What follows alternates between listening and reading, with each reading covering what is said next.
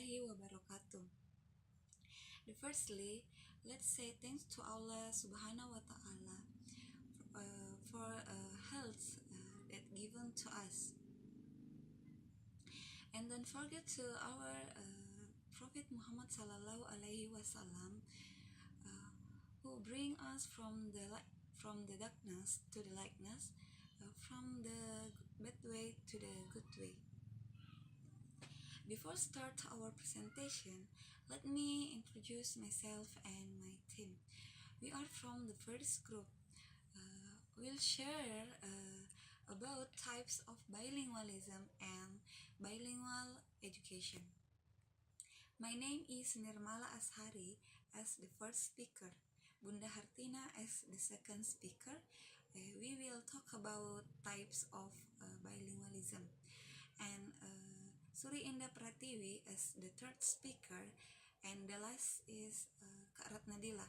They will explain about bilingual education, the types of bilingual education.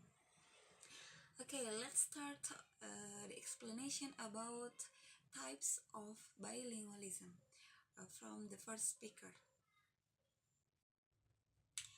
Thanks for a chance. My name is Nirmala Ashari as the first speaker. In this opportunity, I will explain about types of bilingualism.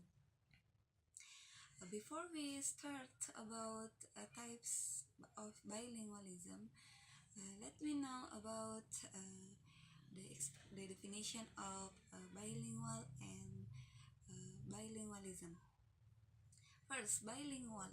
Bilingual is a person who uses at least two languages with some degree of proficiency.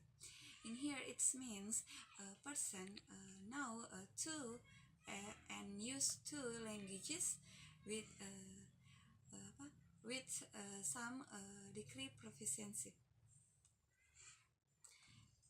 And the next is bilingualism. Bilingualism is defined as the use of at least two languages either by an individual or by a group of speakers. So in here, bilingualism, it means use two languages in individual or in a group of speakers. And the next, we will talk about types of bilingualism. There are 5 types of bilingualism. The first is early bilingualism.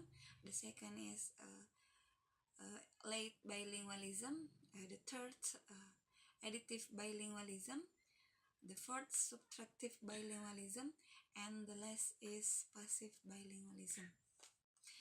In here, I will explain two types bilingualism, and the other will continue by my friends Bunda Hartina. Let we start about early bilingualism. There are two types. There are two explanation about early bilingualism. The first is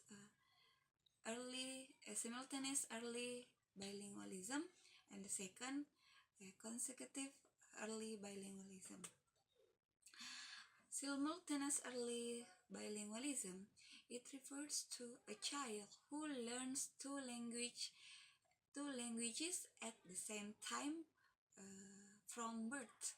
In here, it means the child know two languages when from birth, such as they learn English and Indonesian language from birth at the same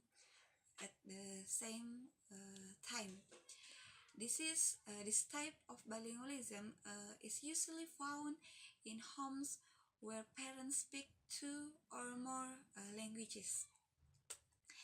The next is about consecutive or successive early bilingualism. It refers to a child who has already partially acquired a first language and then learns a second language early in childhood. In here, it means a child got got first language, got for first language uh, in, for example, in their home, and then learn a second language early in childhood. They got from such as in the school, For example, when a child moves to an environment where the dominant language is not his native language, they will learn another language from the environments. When a child moves to to such as their family moves to another country, and in their environments speak another language with where the other language is not their native language. Okay, the next is late bilingualism. This is the last explanation about types of bilingualism from me. Late bilingualism. Late bilingualism refers to bilingualism when the second language is learned after the age of 6 or 7, especially when it is learned in adolescence or adulthood. Late bilingualism occurs after the acquisition of the first language. This is, for example, they when they age of 6 or 7, they go to school, and in their school learn another language when where they not learn in their home, because in their home just speak in one language, such as Indonesian language, and then they go to school, and in their school speak uh, speak another language such as English language, so they learn another language from their school. It means late bilingualism. Okay, and the next types will continue by my friends. I think enough. Thank you very much for your nice attention. Wassalamualaikum warahmatullahi wabarakatuh. And the second is early concessive bilingualism, and the last is late bilingualism. Let me talk a little about the definition what I got. Early simultaneous bilingualism, where the person acquire two languages in the same time or in the same period, and their age at the time is between 2 to 6 years old.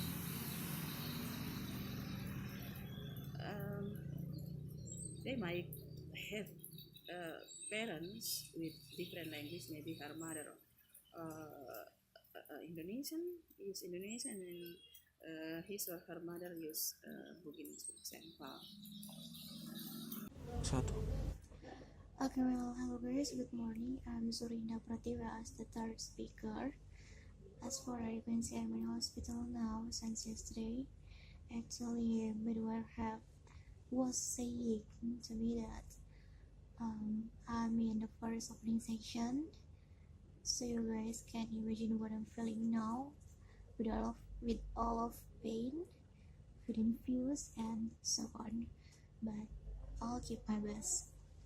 So in this part, I will explain you guys about typologies of bilingual education by Becker and 2011. You can see on my PowerPoint that I have sent, there are mainstreaming submersion education. The second one is mainstreaming with pull-out classes, and the third one is segregationist education. So we start from submersion education. This is the assimilation of minority language pupils within the major schools who are taught throughout the curriculum in the language of the majority without paying attention to their mother tongue. So in this part, the minority language of students combined with the majority language of students. They are in one classes. They are guided by the teacher who are fluent in English and the teacher from native speaker. So they are expected to only use the majority language in class, not the mother tongue. And in this case, the students may adapt it, may motivate, and also doubt. And then after the second meeting, when the second meeting, the students get lazy to go to school because of bullying, because of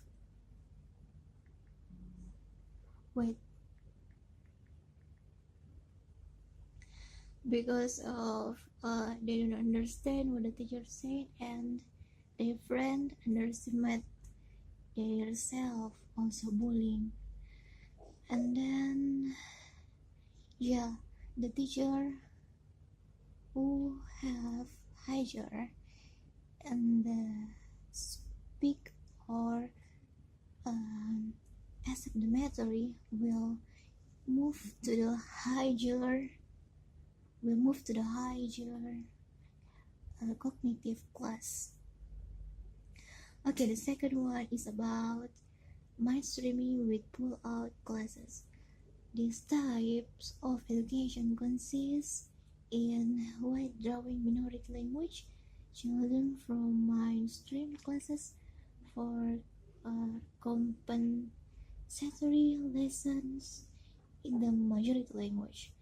So in this class, the students who are minority are collected in one classes, and it will make the students lose the greater opportunity to participate among the students on the majority of language students, and then they get a greater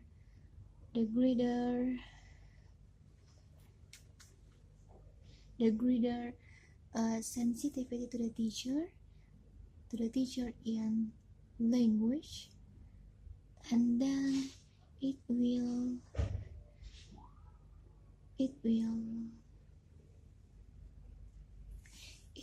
delete their first mother tongue. And then the third one is segregational education. It occurs where minority language speakers and majority language speakers are completely divided. Minority children access to the majority school. Okay, because of something wrong, I will continue my types. Okay, the third one is segregationist education. This is it occurs where minority language speakers and majority language speakers are completely defied to minority children, the access to majority school is denied. They attend different schools where the program is taught in their own languages. So segregational education is only the minority of language in the school. The learners can access to the majority language of students, and then the sum of majority of language in this class is there are monolingual educations. It will be using for minority to be apartheid. Okay, that's all my speech. Thank you. And wassalamualaikum warahmatullahi wabarakatuh. Assalamualaikum warahmatullahi wabarakatuh. I am Ratnadila and I will continue my friend's explanation about the typology of bilingual education. Before I explain the typology of bilingual education, the first, I will explain the meaning of bilingual education. Bilingual education is a simple label for a complex phenomenon or variety of educational programs involving two or more. In here, we can conclude the meaning of bilingual education is the use of two languages in school by students or by teacher. The typology of bilingual education. The next, transitional bilingual education. These programs consist in teaching minority children in their language until they are taught to be proficient enough in the majority language to cope within mainstream education. For example, this implies that children easily acquire fluency in the second language rather than fluency in their mother tongue. The intended proficiency here is fluency in speaking, and this method is most commonly applied in the United States. The aims to help translation students learn English as quickly as possible and can compete with friends with friends later. And the next, mainstream education with foreign language teaching. It is about foreign language lesson as a subject in the curriculum. For example, category or specialist these lessons according to the curriculum and the needs of students in learning English. And the last, separatist education. It is about a type of education also called secessionist because a minority language tends to detach itself from the majority language. For example, here, in the situation of separatists, minority groups strive to keep their members away from the strong influence of mainstream society to protect their native language, culture, or religion. Uh, for example, some American Indians find the children turning away from their native language and follows a strong culture influence popular in English because of they can carry out their own education in their native language apart from American influence. Although young people remain native speakers or English because mainstream languages are difficult to avoid. I think that's all my explanation and thank you. That is all our explanation about the types of bilingualism and bilingual education. Thank you very much, and you can give your comment, your addition or your question by writing your comment or your addition or your question in the chat room below. Billahi taufiq wal hidayah. Assalamualaikum warahmatullahi wabarakatuh.